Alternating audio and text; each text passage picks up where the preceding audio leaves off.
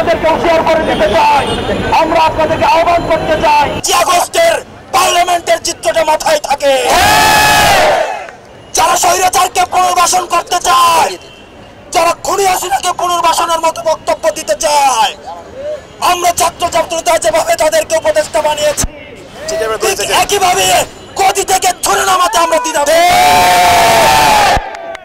আজকের এই মঞ্চ থেকে আমি 3টি দাবি জানাতে চাই।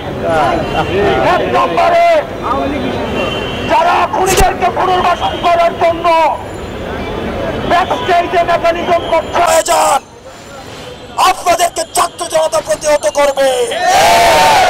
সুতরাং খুনিদেরকে পুনর্বাসন করার কোন ধরনের চিন্তা আপনারা করবেন না। আমার 2 নম্বর আহ্বান মিডিয়া ভাইদের প্রতি, গণমাধ্যমের সাথে আমাদের সৌহার্দ্যপূর্ণ সম্পর্ক ছিল, আমাদের তাদের সাথে সৌহার্দ্যপূর্ণ সম্পর্ক ছিল, আছে এবং থাকবে। আমাদের আন্দোলনকে সার্বজনীন করার ক্ষেত্রে গণমাধ্যমের অবশ্যই অনস্বীকার্য। এই প্রেসিডেন্টকে উৎখাত করতে গণমাধ্যমের ভূমিকা অনস্বীকার্য। কিন্তু আমরা দেখতে পাচ্ছি কিছু কিছু গণমাধ্যম খুনিদের পুনর্বাসনের ষড়যন্ত্রে লিপ্ত হচ্ছে।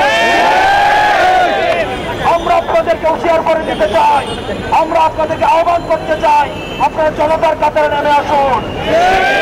অথবা দেখা যাবে অনেক গণমাধ্যম কর্মীরা শেষ দিকে এসে তাদের ফোনের মধ্যে তাদের যে মাইকটি থাকে সেখানে তারা নেমপ্লেট লাগিয়ে জনতার কাতারে নেমে আসতে